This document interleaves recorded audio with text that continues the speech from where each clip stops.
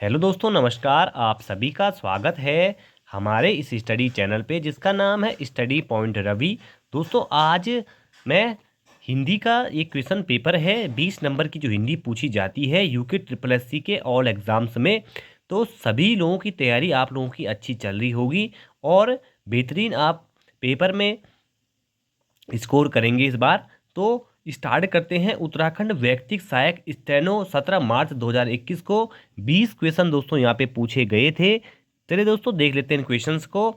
पहला क्वेश्चन है, अपने मित्रों बंधुओं को लिखने वाले पत्रों को किस प्रकार के पत्र माना जाता है। दोस्तों, जो जो आप पत्र अपने मित्रों को लिखते हो, अपने अपने जो बंधु होते हैं उनको लिखते हो, तो ये पत्र दोस्तों किस प्रकार के पत्र माने जाते हैं। तो आप सभी को पता होना चाहिए, ये दोस्तों कोई कार्यालय पत्र नहीं होते, नहीं कोई व्यावसायिक पत्र होते हैं। तो ये अनौपचारिक पत्र की श्रेणी में आते हैं। जो पत्र आप अपने मित्रों बंधुओं को लिखते हैं, ये पत्र दोस्तों अनौपचारिक श्रेणी में आते हैं। अनौपचारिक पत्र इनको कहा जाता है।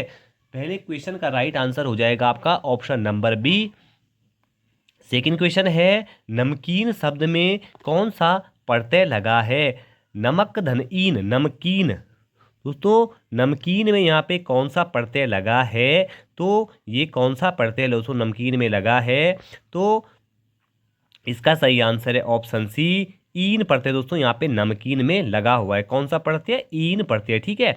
प्रत्यय दोस्तों क्या होता है, जो किसी भी शब्द के अंत में लगकर उसके अर्थ को परिवर्तित कर देते हैं, वो प्रत्यय कहलाते हैं। और दोस्तों, जो शब्दांश किसी शब्द के आगे लगकर उसके अर्थ को चेंज कर देते हैं, वो क्या कहलाते हैं? उपसर्ग कहलाते हैं। तो 1 नंबर में आपसे पूछा जा सकता है, तो बिल्कुल याद कर लेंगे इसको भी। नेक्स्ट क्वेश्चन है, घड़ा शब्द का तत्सम रूप क्या है। दोस्तों, घड़ा शब्द का तत्सम रूप पूछा गया है, तो घड़ा शब्द का तत्सम रूप क्या हो जाएगा, तो ये हो जाएगा दोस्तों, तीसरे का सही आंसर है बी। घड़ा शब्द का तत्सम रूप है घट। क्या है? घट शब्द है घड़ा का तत्सम रूप। ठीक है। उसके बाद नेक्स्ट क्वेश्चन है, जानकी मंगल के कवि कौन है। दोस्तों, जानकी मंगल, ठीक है, इसके कवि कौन है। काफ़ी बार आपने ये क्वेश्चन रिपीट होता है एग्जाम में, तो आपको याद होना चाहिए। इसके कवि जो हैं ये तुलसीदास जी हैं। ठीक है। तुलसीदास जी राम भक्ति शाखा के कवि हैं। तो जानकी मंगल के जो कवि हैं वो तुलसीदास जी है। ठीक है। उसके बाद नेक्स्ट क्वेश्चन है, संपादक किसे कहते हैं। दोस्तों, संपादक कौन होता है, ये संपादक किसे कहा जाता है, आपसे पूछा जा रहा है कि संपादक किसे कहते हैं। तो दोस्तों, संपादक किसे कहते हैं, इसका सही आंसर क्या हो जाएगा, डी। त्रुटि रहित कर छापने के योग्य बनाने वाला जो होता है दोस्तों, वो संपादक होता है। जो त्रुटि रहित किसी पत्र को छापता है उसको हम संपादक कहते हैं। ठीक है। उसके बाद नेक्स्ट क्वेश्चन है, सूरज पूरब में उगता है, यह किस प्रकार का वाक्य है। सूरज पूरब में उगता है, मतलब दोस्तों सूरज क्या होता है, पूरब में उगता है, ये किस प्रकार का वाक्य है, तो ये है विधानवाचक वाक्य।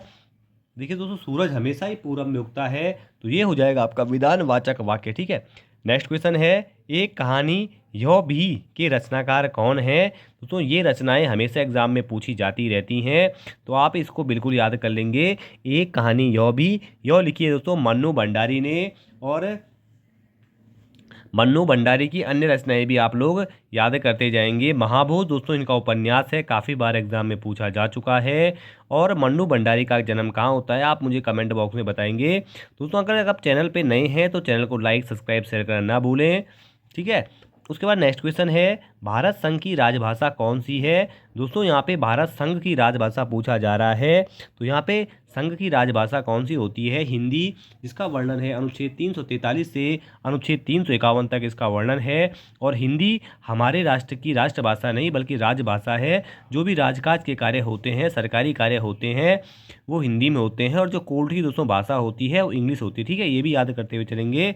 नेक्स्ट क्वेश्चन है, जैसे उसे याद दिलाता तो हो उसका बचपन, जैसे उसे याद दिलाता हो उसका बचपन, जब वो नौसिखिया था, ये पंक्तियाँ किस कवि की हैं। दोस्तों, ये पंक्तियाँ हैं मंगलेश डबराल जी की। इम्पोर्टेंट ये पंक्तियाँ हैं मंगलेश डबराल जी की। ठीक है। उसके बाद नेक्स्ट क्वेश्चन है, ऊधो तुम हो अति बड़ भागी यह पंक्ति किस कवि की है? उधो तुम हो अति बड़भागी, यह पंक्ति दोस्तों किस कवि की है?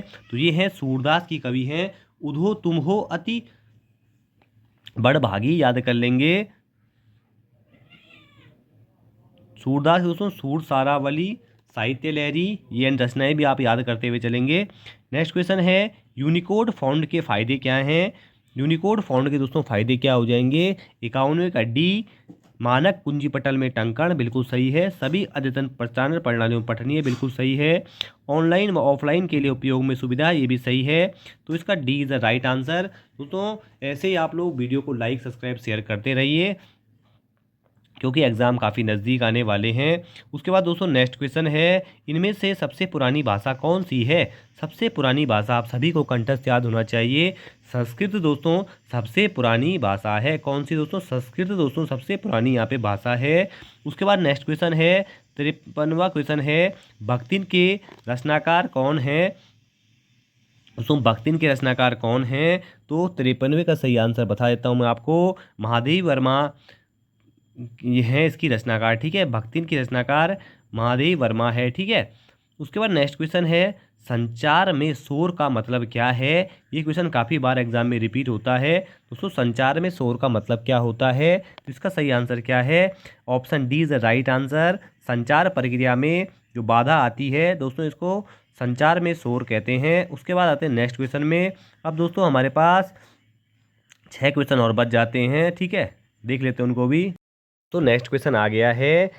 नेक्स्ट क्वेश्चन है, अवधी बोली किस राज्य में बोली जाती है?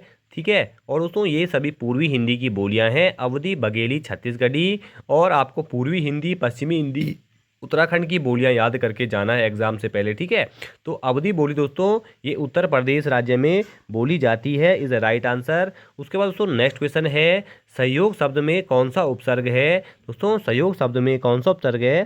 तो इसका सही आंसर है सह, इसमें उपसर्ग है, और योग ये शब्द है दोस्तों, तो इससे मिलके बना है आपका सहयोग। क्या बना है? सहयोग इससे मिलके बनता है। ठीक है, तो सहयोग में ये स उपसर्ग हो जाएगा, सह धन योग सहयोग। ठीक है।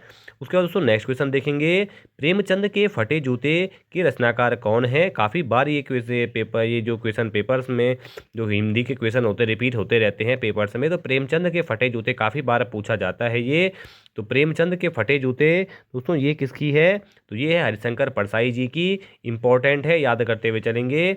उसके बाद दोस्तों नेक्स्ट है, कंठ्य व्यंजन का उदाहरण कौन सा है?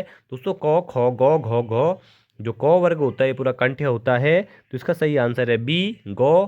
क्योंकि क वर्ग में दोस्तों गौ आता है, इसलिए क्या है? कंठ्य व्यंजन है, क, ख, ग, घ। ठीक है, और चौ, छ, जौ, जौ, ग्योट क्या है? तालव्य हो जाएंगे। ठीक है। उसके बाद नेक्स्ट है, ईद का चांद होना मुहावरे का अर्थ क्या है?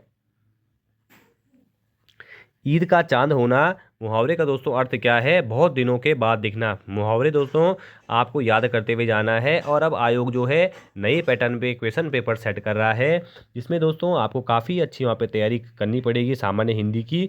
ठीक है, यहाँ पे जो ईद का चांद होना इसका बता दें मैंने, बहुत दिनों बाद दिखना। और अंतिम क्वेश्चन है वीडियो का 20वां, सही वर्तनी वाला शब्द कौन सा है? और वर्तनी दृष्टि से दोस्तों ये शब्द आते रहते हैं, श्रृंगार हो गया, आशीर्वाद हो गया, तो इसका सही आंसर है दोस्तों, इसका सही आंसर है बी। ऐसे लिखते हैं दोस्तों आशीर्वाद। ठीक है, ऐसे बी यहाँ पे लिखा हुआ है, ऐसे मत करना आप वहाँ पे, आशीर्वाद, आ सी और वाह के ऊपर रहो और दो। ठीक है, ऐसे लिखा है दोस्तों आशीर्वाद। ठीक है, तो आज की वीडियो दोस्तों यहीं पे समाप्त होती है।